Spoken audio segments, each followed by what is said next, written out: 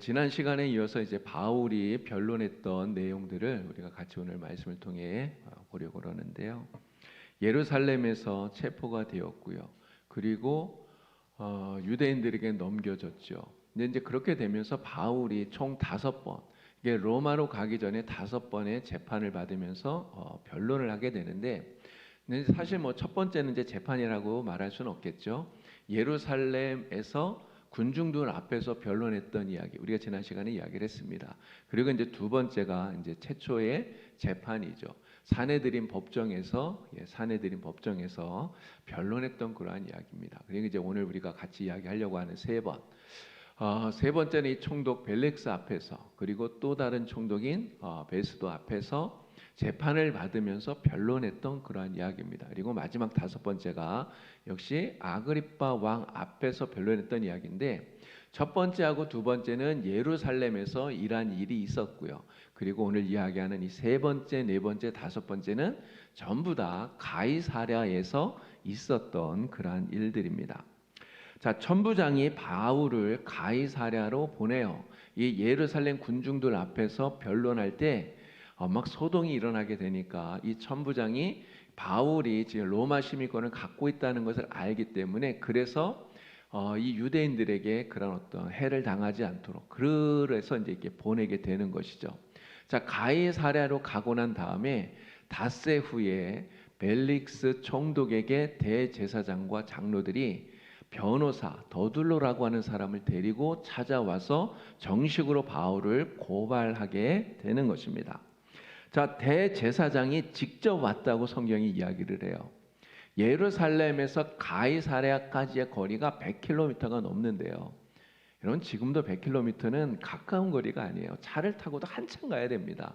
근데 그 당시에 100km다. 정말 엄청나게 먼 거리 아닙니까? 그런데 대제사장이 바울을 재판하는 이것을 참관하기 위해서 직접 변호사를 데리고 가이사랴까지 왔다. 여러분, 이게 무슨 말일까요? 이 대제사장인 이 아나니아라고 하는 이 사람이 바울을 정말 얼마나 악독하게, 얼마나 집요하게, 악랄하게 대적했는가라고 하는 것을 잘 알 수 있다라고 하는 거죠. 자, 이 대제사장이 지금 대동에서 데리고 온 변호사 더둘로, 여러분, 이 사람을 지금 변호사라고 말은 하는데, 여러분, 지금 우리가 보통 말하는 변호사는 누구 편에 섭니까? 다 피고를 위해서 변호사가 일을 하잖아요.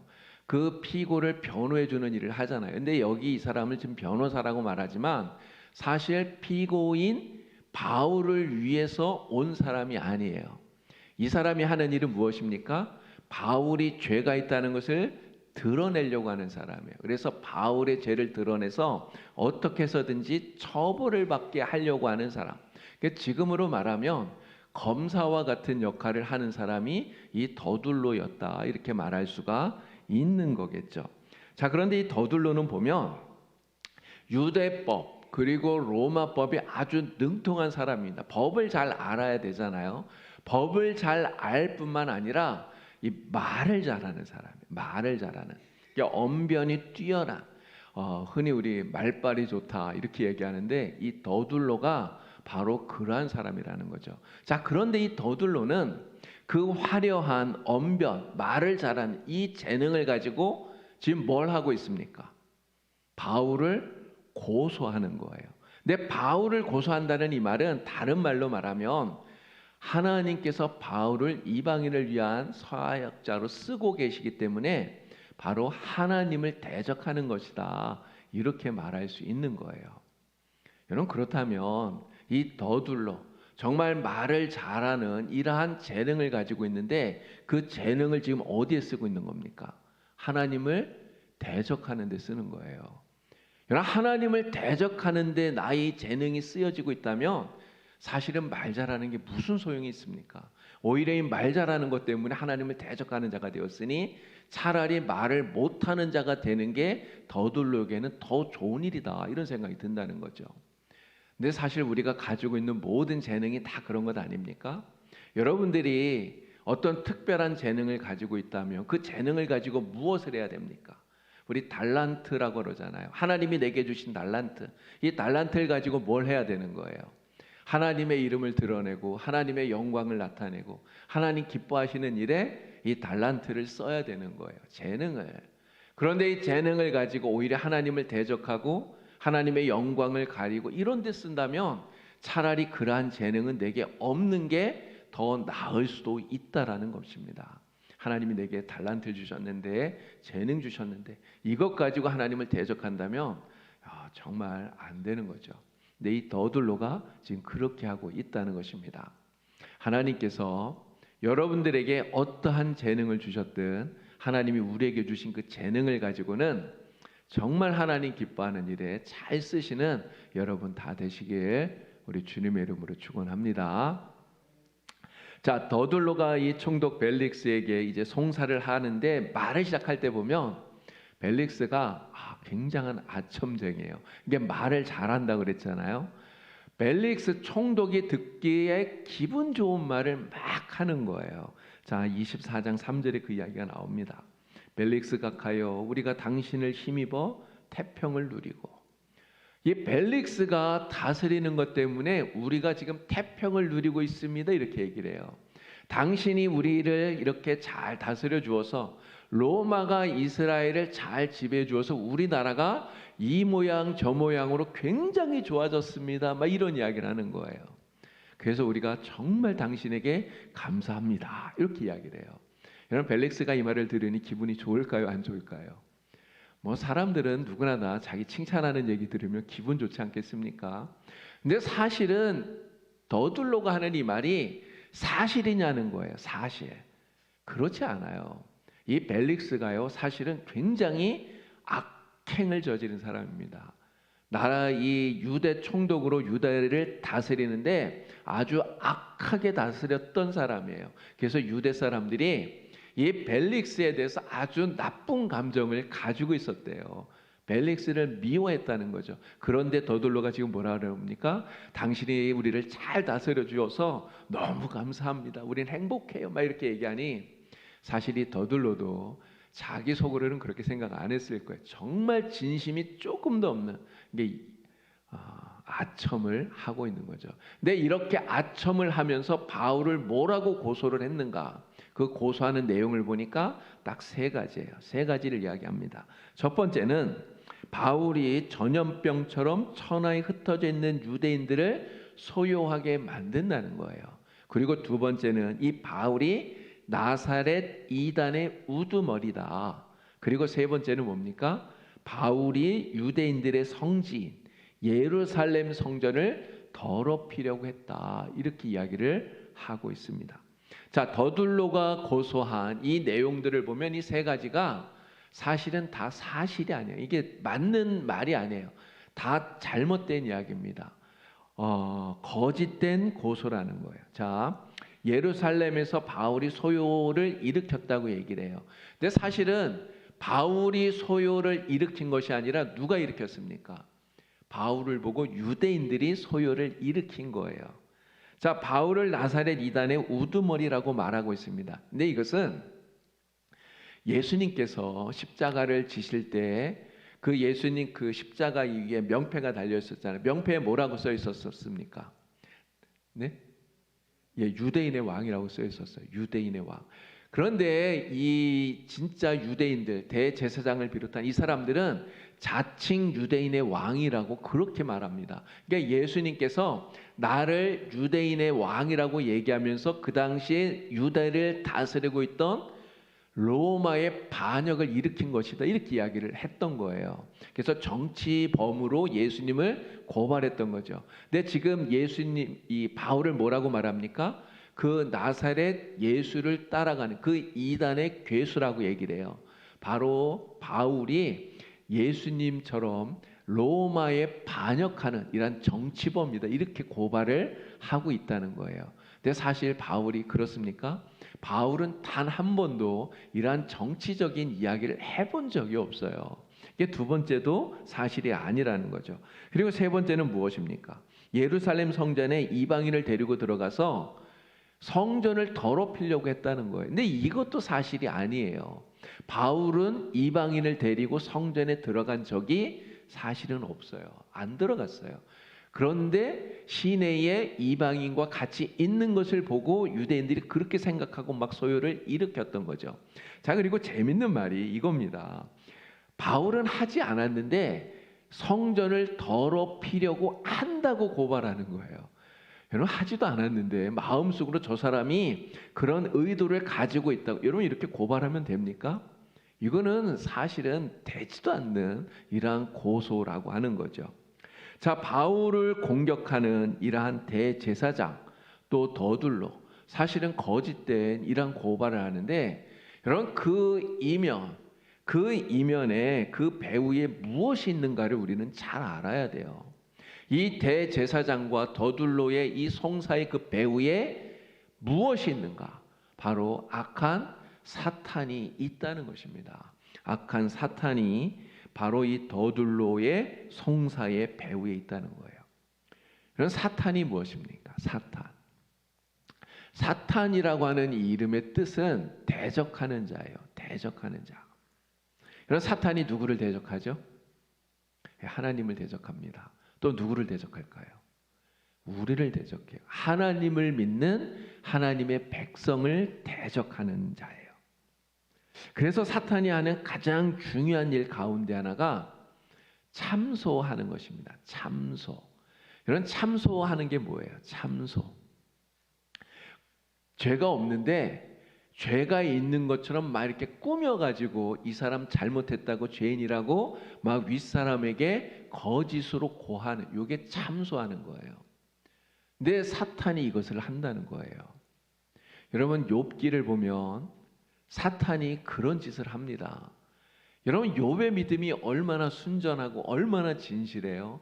정말 욥이 하나님을 섬기는데 그 믿음이 얼마나 아름답습니까? 근데 욥의 그 믿음을 사탄이 하나님께 뭐라고 말합니까? 하나님 저거 가짜입니다. 이렇게 얘기해요. 욥이 왜 하나님을 섬기는지 아세요? 하나님이 복 주시니까, 복을 막 부어 주시니까, 그러니까 하나님 잘 섬기는 거죠. 만약에 하나님이 그 복을 거두어 가시면 당장에 하나님을 욕하고 믿음을 버릴걸요? 이렇게 이야기를 하는 거예요. 이게 참소하는 거예요. 여러분 지금 더둘로가 벨릭스에게 하는 이 고소의 내용이 바로 참소하는 것입니다. 사탄이 하는 짓을 그대로 하고 있는 거예요. 자, 그런데 이러한 일들이 지금도 여전히 일어나고 있다는 거예요. 악한 마귀 사탄이 여전히 세상 사람들을 그 배후에서 우리를 이렇게 참소하고 또 고발한다고 하는 것이죠. 그러나 이러한 악한 마귀 사탄의 공격이 끊임없이 우리에게 있다 할지라도 여러분 두려워하면 됩니까? 안 됩니까? 두려워할 필요가 없어요. 여러분 마귀를 우리가 이길 수 있나요? 여러분들이 사탄과 싸워서 이길 수 있습니까? 사실 내 힘으로는 불가능해요. 마귀는, 사탄은 영적인 존재잖아요. 내가 가진 그러한 힘보다 더 강해요. 그래서 내가 싸워서 내 힘으로는 이길 수가 없어요. 그런데 우리는 내 힘으로 싸우는 게 아닙니다. 누구의 힘으로 싸웁니까? 성령의 힘으로, 나를 도우시는 주님의 능력으로 우리가 싸우는 거예요. 에베소서 6장에서 이야기하잖아요. 하나님의 전신갑주를 입어라. 하나님의 전신갑주를 입고 우리가 담대하게 맞서 싸우면, 야고보 4장 17절, 마귀를 만나면 맞서 싸우라. 그러면 도망간다. 이야기하는 거예요. 내가 힘이 있어서가 아닙니다. 나와 함께 하시는 하나님을 보고 무서워 도망가는 거예요. 그래서 우리는 마귀를 절대로 두려워할 이유가 없다라고 하는 것이죠. 지금도 마귀는, 사탄은 이처럼 우리를 끊임없이 공격하지만 여러분 두려워하지 마시고 담대함을 가지고 날마다 맞서 싸워 이기고 승리하는 복된 성도 되시기를 바랍니다. 자, 더둘로가 자신을 고소한 이 세 가지 내용에 대해서 바울이 이제 변론을 합니다. 나는 그러한 일을 하지 않았다는 거예요. 내가 잘못 없다는 것을 이제 변론을 해요. 예루살렘에서 소요를 일으켰다는 것, 또 나사렛 이단의 괴수라는 것, 성전을 모독했다고 하는 이러한 모든 것에 대해서 내가 혐의가 없다라고 하는 사실을 바울이 나 잘못 안 했어요. 그냥 막 이렇게 말하면 누가 믿어줍니까? 이게 사실에 근거해서 논리 정연하게 변론을 하는 거예요. 자, 바울은 이렇게 벨릭스 앞에서 변론을 하는데 변론, 자기 변호만 하는 게 아닙니다. 그 변론을 하면서 바울은 자신의 신앙을 공개적으로 고백하고 있다는 거예요. 자, 사도행전 24장 14절 15절 이 말씀을 우리 같이 읽어보겠습니다. 그러나 이것을 당신께 고백하리이다. 나는 그들이 이단이라 하는 도를 따라 조상의 하나님을 섬기고 율법과 선지자들의 글에 기록된 것을 다 믿으며 그들이 기다리는 바 하나님께 향한 소망을 나도 가졌으니 곧 의인과 악인의 부활이 있으리라 함이니이다. 아멘. 벨릭스 앞에서 자신이 잘못이 없다라고 하는 이런 것들을 변론하면서 동시에 내가 무엇을 믿는가, 나의 믿음을 고백하는 거예요. 여러분 뭐라고 말합니까? 내가 믿고 따르고 전파하고 있는 이 기독교는 유대인들이 지금 신앙하고 있는 구약에 나오는 그 하나님을 똑같이 믿는 게 이단이 아닙니다라고 이야기를 하는 거예요. 그리고 나는 예수 그리스도께서 부활하신 것을 믿고 오늘 나도 부활할 것을 믿는 이 부활 신앙을 가지고 이 신앙을 전파하고 있습니다라고 하는 것을 이야기하고 있다라고 하는 거죠. 악한 마귀가 우리를 공격합니다. 그러나 우리는 그러한 공격에 맞서서 두려워하지 않고 이 세상을 향해서 무엇을 해야 될까요? 나의 신앙을 드러내야 된다는 거예요. 바울은 확실하게 드러냅니다. 내가 무엇을 믿는지, 내가 누구를 신뢰하는지를 드러내는 거예요. 우리도 정말 이 세상을 향해서 나는 예수 그리스도 주님을 믿는 하나님의 사람입니다. 내 믿음을 드러내야 돼요. 내가 믿고 신앙하는 이 기독교가 참된 진리라는 것을 세상 사람들에게 담대하게 선포할 수 있는 이러한 담대한 믿음을 가져야 됩니다. 여러분 모두 다 정말 다 이 바울처럼 이 믿음을 세상에 증거할 수 있는 그런 사람들이 되길 바랍니다. 자, 바울이 이렇게 변론을 했더니 이제 벨릭스가 바울이 무죄라는 것을 알아요. 바울이 그런 어떤 정치범도 아니고 지금 바울이 왜 이러한 고소를 당하는가? 단지 유대인들과 자기들의 종교상의 문제 때문에 고발당하고 있다는 것을 벨릭스가 알아요. 그렇기 때문에 바울은 죄가 없다, 무죄다 이걸 안다는 거죠. 자, 그런데 벨릭스가 바울을 석방해 주었습니까? 석방을 안 해요. 석방하지 않고 구금해 버려요. 그냥 재판을 연기해 버리는 거예요. 근데 구류 상태에 구금을 하긴 하는데 그냥 감옥 안에 그냥 가다 둔 건 아닙니다. 좀 자유를 주었습니다. 그래서 자유롭게 사람들 만날 수 있게 해주고 그리고 또 사람들이 친구들이 이렇게 자유롭게 좀 뒷바라지도 할 수 있도록 이렇게 해 주었어요. 근데 요 시간이 무려 2년이나 걸렸다는 거죠. 벨릭스가 퇴임하고 이제 그 후임으로 베스도 총독이 새로 올 때까지 2년 동안 이런 상태가 계속 그냥 지나갑니다. 그래서 이 재판이 그냥 2년 동안 지연되었다 이렇게 말할 수 있는 거죠. 벨릭스가 왜 바울이 무죄라는 걸 알면서도 바울을 바로 석방하지 않았는가? 그 이유는 성경을 보니까 한 3가지 정도 우리가 말할 수 있습니다. 첫 번째는 유대인들이 또다시 바울 때문에 소요를 일으키지 않을까? 이게 좀 염려가 된 거예요. 사실은 바로 그 직전에 지금 바울이 왜 이렇게 된 것입니까? 예루살렘에서 소요 사태가 일어났기 때문에. 그런데 바울이 죄가 없다고 풀어주면 또다시 소요 사태가 일어날까 봐 이걸 조금 걱정한 거예요.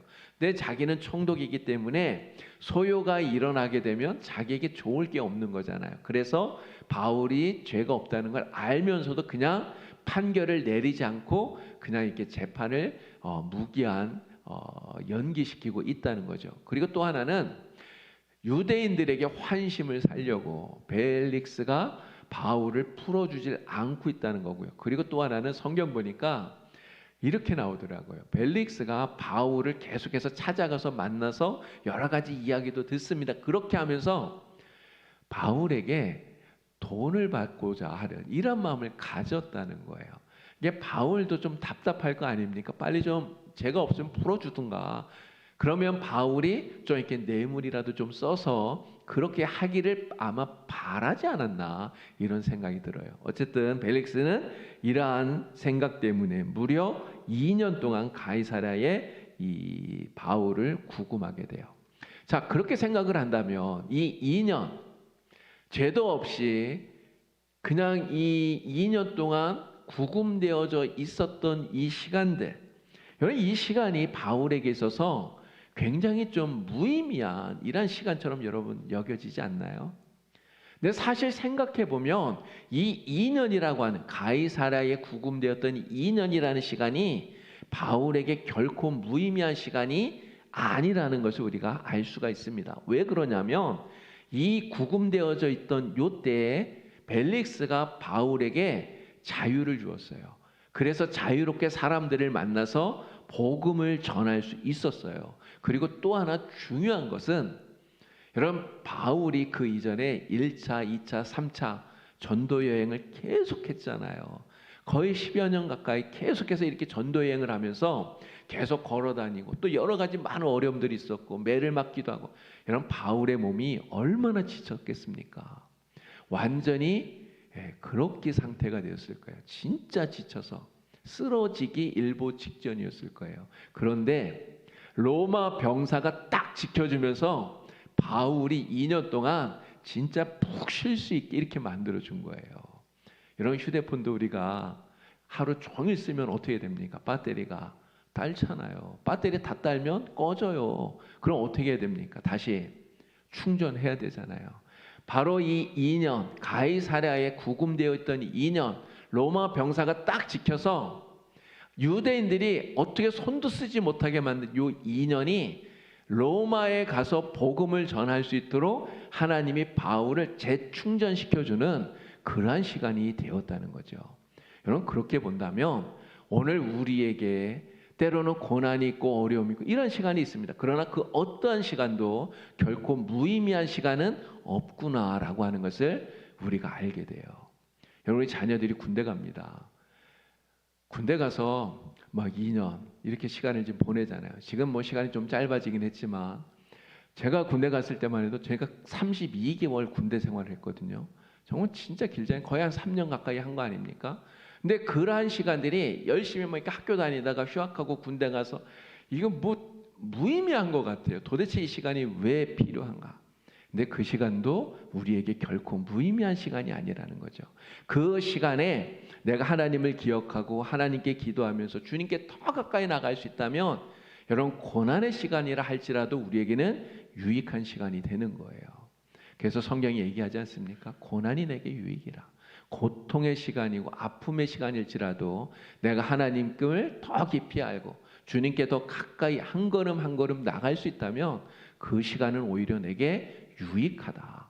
여러분 그렇게 생각하시고 여러분들이 만나는 어떠한 상황, 어떠한 형편이라도 더 주님을 깊이 알고 묵상하면서 주님께 가까이 나가는 그런 유익한 시간으로 만들어갈 수 있기를 바랍니다. 자, 유대 총독으로 이제 베스도가 새롭게 부임을 합니다. 벨릭스는 2년이 지나면서 퇴임을 하고 베스도가 새로 부임을 했는데 베스도 총독이 새로 부임을 해서 이 유대 총독이기 때문에 예루살렘을 방문을 한 거예요. 자, 베스도가 예루살렘을 방문했더니 대제사장과 장로들이 베스도를 만나서 바울을 다시 고발합니다. 근데 고발하면서 이런 요청을 했어요. 지금 바울이 어디에 있습니까? 예루살렘에 있나요? 아니에요. 지금 가이사랴에 있습니다. 가이사랴에 있는 바울을 예루살렘으로 데리고 와서 예루살렘에서 재판을 받도록 해달라고 요청을 한 거예요. 자, 그런데 이 요청에는 무서운 음모가 숨어 있어요. 자, 사도행전 25장 2절, 3절 말씀 볼까요? 자, 이 말씀 보니까 베스도의 호의로 바울을 예루살렘으로 옮기기를 청하니 왜 청했는가? 이는 길에 매복하여 있다가 바울을 데리고 오는 그때 길에서 바울을 죽이려고 암살하려고 음모를 꾸몄던 거예요. 자, 베스도가 이 유대인들의 이러한 요청을 거절합니다. 거절해요. 여러분, 왜 베스도가 거절했을까요? 이러한 음모를 꾸미고 있다는 것을 베스도가 알았을까요? 사실은 안 거 아니에요. 몰라요. 그걸 알아서 거절한 게 아니에요. 지금 바울은 가이사랴에 있고 지금 이 베스도는 잠시 예루살렘을 방문한 건데 총독의 관저는 가이사랴입니다. 그래서 가이사랴로 이제 이 베스도가 곧 돌아갈 거란 말이에요. 그러니 굳이 이 바울을 예루살렘으로 데리고 와서 여기서 총독이 또 재판하고 이렇게 할 필요가 없다라고 생각을 한 거예요. 그래서 내가 이제 가이사랴로 갈 거니까 당신들이 가이사랴로 와서 바울을 고발하시오, 이렇게 이야기를 했다는 거죠. 자, 그런데 이것은 깊이 생각해 보니까 하나님께서 간섭하신 거예요. 만약에 베스도의 요청대로 바울을 데리고 왔다면 바울이 그 도중에 암살당한 이런 위기를 겪을 수 있었겠죠. 그런데 하나님께서 간섭하셔서 이 총독 베스도를 사용해서 이러한 위기의 순간을 모면할 수 있도록 하나님이 지켜주셨구나 하는 것도 우리가 깨닫게 되는 것입니다.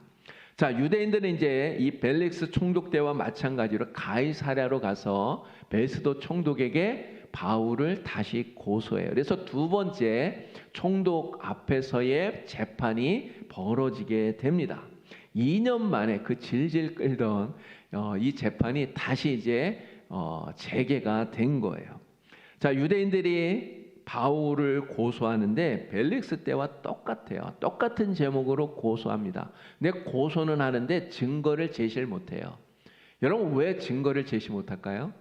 고소하는 내용이 거짓되었기 때문에, 잘못된 거기 때문에 증거를 낼 수가 없는 거예요. 자, 바울은 어떻게 합니까? 바울은 자신이 무죄라는 것을 변론을 하게 되는 것이죠. 자, 베스도 총독 역시 바울에게 죄가 없다는 것을 금방 알았습니다. 그런데 베스도 역시 벨릭스가 그랬던 것처럼 바울을 석방하지를 않아요. 무죄라는 걸 알면서 석방하지 않아요. 그러면서 바울을 예루살렘으로 가서 재판을 받도록 보내려고 합니다. 왜 그랬냐면 지금 이 베스도 역시 유대 총독으로 왔기 때문에 그 대제사장 또 장로들 유대인들 이런 사람들의 심기를 바울 때문에 굳이 건드릴 이유가 없다라고 생각을 하는 거예요. 만약에 바울 때문에 소요 사태가 일어나면 자기에게 진짜 좋을 게 없는 거잖아요. 그래서 유대인들의 그런 환심을 사기 위해서 유대인들의 청을, 그 대제사장의 청을 들어주려고 바울에게 예루살렘으로 가서 재판을 다시 받아라, 이렇게 이야기를 하게 되었다는 거예요. 여러분, 이 베스도는 그래서 자기의 안정과 그러한 자기의 유익을 위해서 사람을 기쁘게 하는 이러한 선택을 했구나라고 하는 것을 우리가 알게 됩니다. 그런데 여러분, 정말 진리를 위해서 우리는 하나님을 기쁘시게 하는 이런 선택을 해야 됩니다. 그런데 나의 유익을 위해서 사람을 기쁘게 하는 이런 선택을 하면 어떻게 되는가? 사실은 여러분, 내가 좋아지는 게 아니라 그것 때문에 망할 수 있다는 것을 우리는 분명히 알아야 돼요. 하나님이 아니라 사람을 기쁘게 하다가 그것 때문에 망한 사람이 있습니다. 가장 대표적인 사람이 바로 예수님을 십자가에 못 박게 했던 본디오 빌라도예요. 여러분, 빌라도가 예수님을 재판할 때 예수님이 죄가 없다는 것을 분명히 알았습니다. 예수님이 죄가 없다는 것을 알았어요. 그래서 빌라도는 어떻게 합니까? 예수님을 풀어주려고 나름대로 애를 막 써요. 그런데 안 되는 거예요. 오히려 사람들이 막 밀란을 일으키려고 막 소요 사태가 일어날 것 같은 거예요. 그러니까 빌라도가 어떻게 합니까? 죄가 없다는 걸 알면서도 예수님을 십자가에 못 박게 내어 준 거예요. 자기의 안전을 위해서, 자기의 유익을 위해서 사람들을 기쁘게 하는 선택을 했다는 거죠. 근데 그러한 선택을 했던 빌라도, 여러분 어떻게 되었을까요? 행복한 인생을 살았을까요? 전혀 그렇지를 않습니다. 자, 주후 35년. 예수님 십자가에 못 박히시고 난 지 얼마 안 됐을 때예요. 모세가 그리심산에다가 성문을 숨겨 놓았다. 이런 소문이 이 이스라엘에 막 퍼지게 됩니다. 이 헛소문이 퍼진 거예요. 그런데 사마리아 사람들이 이러한 소문에 현혹이 되어서는 무장을 하고 사마리아로 막 몰려들게 된 거예요. 이 그리심산에 사마리아 사람들이 막 몰려들게 되었어요.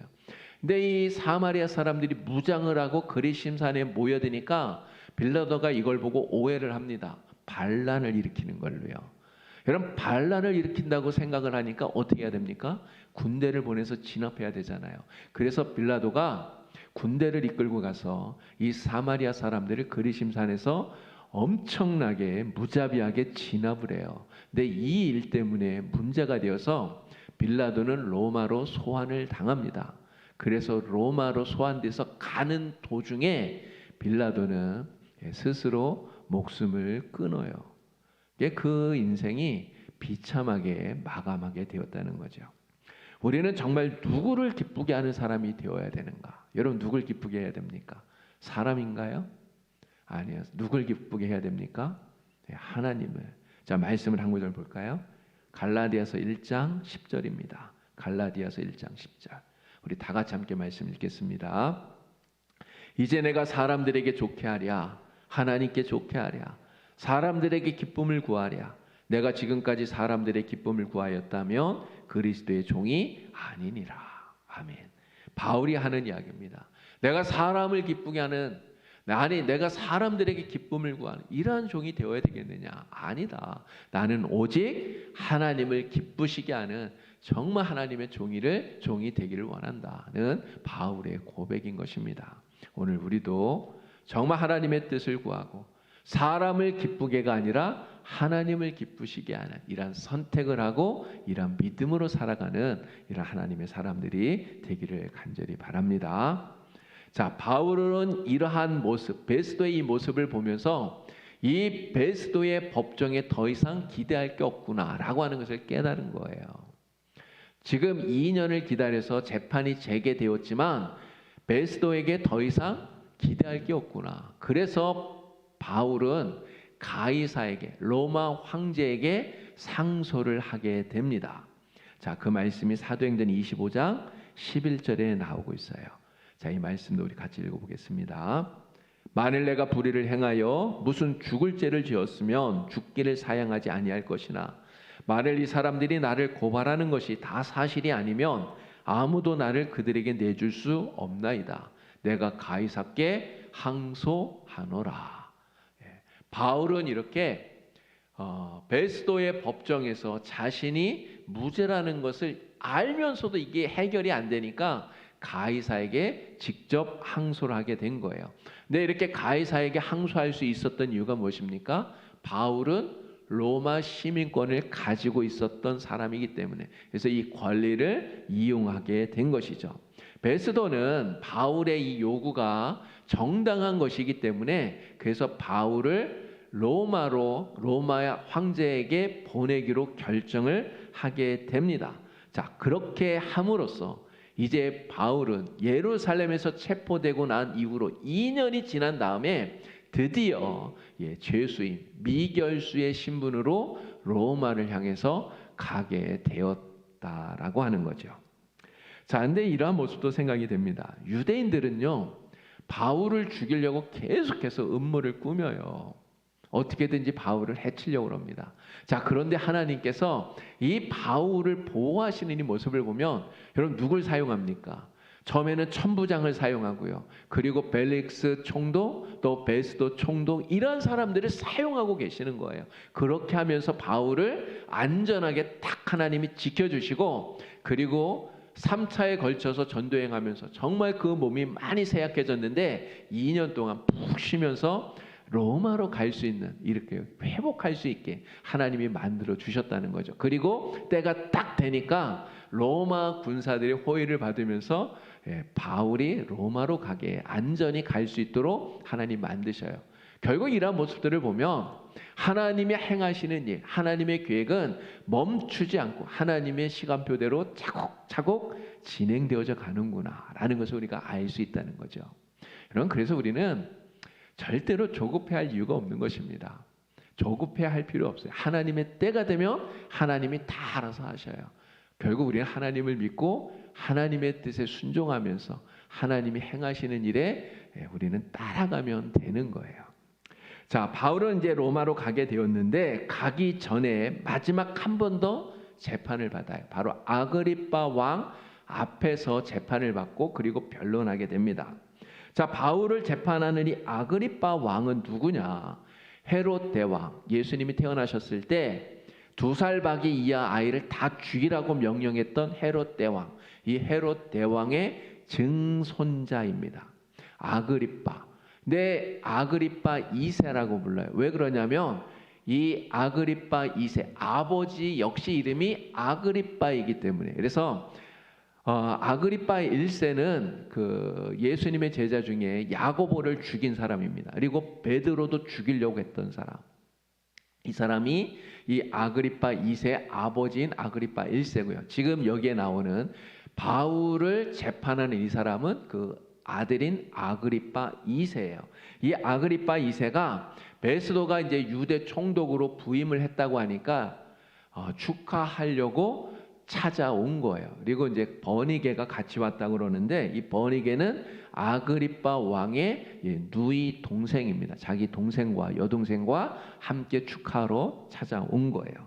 자, 베스도는 바울을 재판을 했는데 바울이 죄가 없다고 하는 것을 정확하게 알았습니다. 그래서 바울이 죄가 없다는 이야기를 아그리빠에게 이야기를 해요. 사도행전 25장 25절에 그 이야기합니다. 내가 살피건대 죽일 죄를 범한 일이 없더이다. 이렇게 이야기를 해요. 자, 그런데 베스도에게 고민이 생기는 거예요. 자, 지금 바울이 누구에게 상소했습니까? 로마 황제 가이사에게 상소했어요. 자, 죄인을 가이사에게 보내는데 뭘 같이 보내야 됩니까? 이 사람이 무슨 죄가 있다, 뭐 이런 걸 보내야 되잖아요. 그러니까 공소장을 작성해서 같이 바울을 보내야 되는데 문제는 이 공소장에 쓸 내용이 없는 거예요. 이 사람 죄가 없습니다 라고 공소장을 써서 보내면 가이사가 뭐라 그러겠어요? 이 죄도 없는 애를 왜 보냈어? 이렇게 말할 거잖아요. 그러니까 뭔가 이 사람의 죄를 써서 보내긴 보내야 되는데 뭐라고 써야 될지 자기가 보기에는 죄가 없으니 이거 참 난감하다, 이런 상황이었던 거예요. 자, 그런데 이때 누가 왔습니까? 헤롯 왕의 증손자인 아그리빠 2세가 자기 부임한 걸 축하하려고 딱 온 거예요. 그런데 이 아그리빠는 바로 유대인들에 대해서 아주 잘 아는 사람 아닙니까? 그러니까 이 아그리빠 왕에게 부탁하는 거예요. 당신이 한번 재판을 해보시오. 그러면 혹시라도 다른 어떤 내가 발견하지 못한 그러한 죄가 나올지 모르니, 그러면 이 공소장을 작성하는데 도움이 되지 않을까, 이런 생각을 한 겁니다. 그래서 아그리빠에게 재판을 해달라고 조언을 구하게 된 거죠. 자, 그래서 아그리빠 왕 앞에서 바울이 이제 마지막 5번째 재판을 받게 되는 건데요. 근데 이 아그리빠 왕 앞에서 바울이 재판을 받으면서 자기 이제 변론을 합니다. 근데 이 변론하는 내용을 보면 사실 그 앞에서 했던 이야기하고 크게 다른 게 없어요. 바울은 먼저 자기가 예수 믿기 전에, 회심하기 전에 내가 얼마나 유대교에 열심이었는지, 내가 얼마나 나사렛 예수를 대적했는지, 이런 것들을 이야기를 합니다. 그러면서 자기가 다메섹으로 가던 그 길에서 예수님을 만나 회심한 이야기를 간증을 해요. 그리고 회심한 이후에 유대인들을 위한 그러한 복음의 전도자로 내가 부름을 받아서 복음을 전하는데 유대인들에게 그것 때문에 핍박을 받고 있다, 이런 이야기들이 아그리빠 왕 앞에서 하게 되는 이야기예요. 자, 자신을 이렇게 변론하지만 근데 바울은 자기를 변호하는 요 이야기만 하고 딱 끝난 게 아니라는 거예요. 아그리빠 왕 앞에서 지금 그 자리에는 베스도가 있습니다. 그리고 많은 사람들이 거기에 딱 배석해서 바울을 보고 있는, 이 사람들을 향해서 바울이 전도하는 거예요. 뭘 한다고요? 전도예요. 예수를 전한다는 거죠. 당신들도 다 나와 같이 그리스도를 믿고 예수를 믿고 하나님 백성 되기를 원합니다. 이야기를 해요. 자, 이 말씀이 사도행전 26장 27절부터 29절에 나오고 있습니다. 우리 말씀 같이 또 읽겠습니다. 아그리빠 왕이여, 선지자를 믿으시나이까? 믿으시는 줄 아나이다. 아그리빠가 바울에게 이르되 내가 적은 말로 나를 권하여 그리스도인이 되게 하려 하는도다. 바울이 이르되 말이 적으나 많으나 당신뿐만 아니라 오늘 내 말을 듣는 모든 사람도 다 이렇게 결박된 것 외에는 나와 같이 되기를 하나님께 원하나이다 하니라. 아멘. 여러분, 지금 이 자리가 어떤 자리입니까? 아그리빠 왕 앞에서 재판을 받는 자리예요. 여기에 베스도 유대 총독이 같이 있어요. 또 거기에 많은 그런 귀족들만, 이 높은 사람들이 다 배석해 있는 자리예요. 지금 그 앞에 바울은 어떤 모습으로 서 있는 것입니까? 재판을 받는 피고로 거기 서 있는 거예요.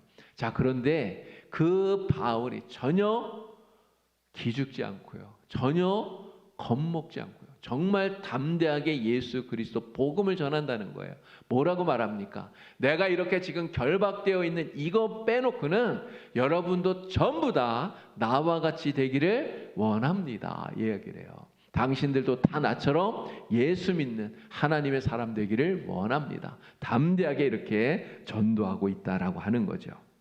자, 여러분, 베스도나 이 아그리빠 왕이 바울의 이 말을 듣고 이 전도를 듣고 예수를 믿었을까요?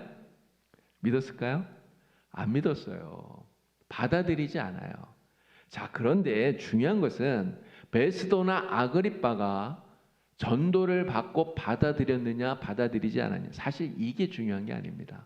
정말 중요한 것은 아그리빠 왕 앞에, 베스도 앞에 섰을 때 바로 복음을 전할 수 있는 그 기회를 바울은 놓치질 않는다는 거예요. 기회가 주어졌을 때 담대하게 복음을 전하는 이러한 바울, 이 모습을 우리가 배워야 된다라고 하는 거죠. 자, 우리 말씀을 한 구절 읽겠습니다. 디모데후서 4장 2절 말씀, 우리 큰 소리로 읽겠습니다. 너는 말씀을 전파하라. 때를 얻든지 못 얻든지 항상 힘쓰라. 범사에 오래 참음과 가르침으로 경책하며 경계하며 권하라. 아멘. 때를 얻든지 못 얻든지 말씀을 전하라. 복음을 전하라. 전도하라. 말씀하고 있습니다. 그럼 내가 복음을 전할 때, 전도할 때 이것을 듣고 사람들이 이것을 받아들일까? 받아들이지 않을까? 여러분, 우리는 사실 관심이 많아요. 우리 교회에서 엑스29 전도대가 나가서 전도지를 전합니다. 사람들이 이거 받고 교회를 나올까 안 나올까? 사실 관심이 있어요. 그런데 사실 여기에 우리가 이것 때문에 이 결과에 너무 얽매일 이유가 없다라는 거죠. 여기에 얽매이지 말고 지금 우리가 해야 할 일은 무엇입니까? 바울처럼 결과에 상관없이 하나님이 우리에게 기회를 주실 때, 내가 전도할 수 있는 그런 시간과 여건과 상황을 주실 때 우리는 그 기회를 잃어버리지 말고 반드시 뭐 해야 된다고요? 전도해야 된다는 것입니다. 복음을 전하는 바로 이러한 일들을 바울처럼 감당하는 저와 여러분이 되기를 바랍니다. 아그리빠 왕 베스도 재판을 마쳤습니다. 재판을 마쳤더니 결국은 바울이 무죄구나라고 하는 것을 한 번 더 이 사람들이 결론을 내리게 됩니다. 사도행전 26장 32절에 아그리빠가 이야기를 해요. 베스도에게 말합니다. 이 사람이 만일 가이사에게 상소하지 아니하였더라면 석방될 수 있을 뻔하였다. 이렇게 얘기해요. 바울이 죄가 있다는 것입니까? 아니잖아요. 무죄라는 거잖아요. 자, 만약에 바울이 이 말을 듣고 잠깐 내가 가이사에게 항소한 거 취소합니다 라고 말했으면 어떻게 되었을까요? 가이사에게 다 항소 안 할게요 이렇게 얘기했으면, 그러면 바울이 바로 그 자리에서 석방이 될 수도 있었을 거예요. 자, 그런데 바울은 가이사에게 항소를 취소하지 않는다는 거죠. 석방될 수 있지만 그 석방될 수 있는 기회를 잡지 않아요. 그냥 로마로 가려고 합니다. 왜 그렇게 할까요? 하나님께서, 주님께서 바울에게 말씀하신 것을 기억하기 때문이에요. 주님이 분명히 바울에게 말합니다. 내가 로마에서도 이 복음을 전하여야 된다. 나의 증인이 되어야 된다. 주님 말씀하셨기 때문에 바로 이것이 이렇게 로마로 가는 것이 하나님의 뜻이라고 믿고 하나님의 뜻에 따라가는 거예요. 섭리에 그대로 순종하고 있다라고 하는 것입니다. 그래서 풀려날 수 있지만 상소하지 않는 바울의 모습을 보게 되는 것이죠. 바울도 이렇게 죄 없이 구금되어서 2년이라고 하는 긴 시간 동안 재판을 받는 이런 과정이 사실 굉장히 힘들었을 거라고 생각이 됩니다. 바울도 우리와 똑같은 인간인데 죄도 없이 구금되어서 이렇게 오랜 시간 동안 재판받고 이게 어렵잖아요. 사실 어떻게 보면 괴롭고 힘들고 또 피곤한 이러한 일이었을지 모릅니다. 그래서 빨리 이러한 고난의 시간이 지나갔으면 이런 생각이 들었을지도 몰라요. 그러나 바울은 어떻게 합니까? 그 모든 순간순간 속에 하나님이 나를 향하신 뜻을 기억해요. 그리고 그 뜻을 찾아요. 그리고 하나님의 뜻에 순종하는 것입니다. 그리고 하나님이 날마다 언제나 나와 함께 하신다는 것을 믿고 그 믿음으로 그 상황들을 이겨내고 있다는 거죠. 그리고 아까도 말씀드린 것처럼 기회가 주어졌을 때 복음을 전해야 되는 그러한 순간 그 기회를 잃어버리지 않고 복음을 전하는 이러한 사람이 된 것입니다. 오늘 우리도 바울의 이러한 모습을 보면서 정말 주님이 나와 함께 하신다는 것 우리도 다시 한번 기억하고 언제든 어디에서든 누구에게라도 복음을 전할 기회가 주어진다면 반드시 복음을 전하는 저와 여러분이 되기를 우리 주님의 이름으로 축원합니다. 기도하겠습니다. 하나님 아버지, 사도 바울이 이렇게 2년이라고 하는 시간을 가이사랴에 있으면서 또 여러 번 재판을 받고 또 변론하는 이러한 모습을 저희들이 말씀을 통해 보았습니다. 하나님, 정말 고난의 시간이고 또 힘든 시간이지만 그러나 그 속에도 우리 하나님의 섭리가 있는 줄 주여 믿습니다. 오늘 우리도 바울처럼 모든 상황 속에서 우리를 향하신 하나님의 섭리를 따라서 순종할 수 있는 이러한 믿음을 주시고 또 아무리 힘든 상황 속에서라도 하나님을 향한 이 믿음을 잃어버리지 않도록 하나님 역사하여 주시옵소서. 무엇보다 정말 기회를 얻는 대로 누구에게라도 담대하게 복음을 전할 수 있는 우리 모든 성도들이 되게 하여 주시옵소서. 예수님의 이름으로 기도드리옵나이다. 아멘.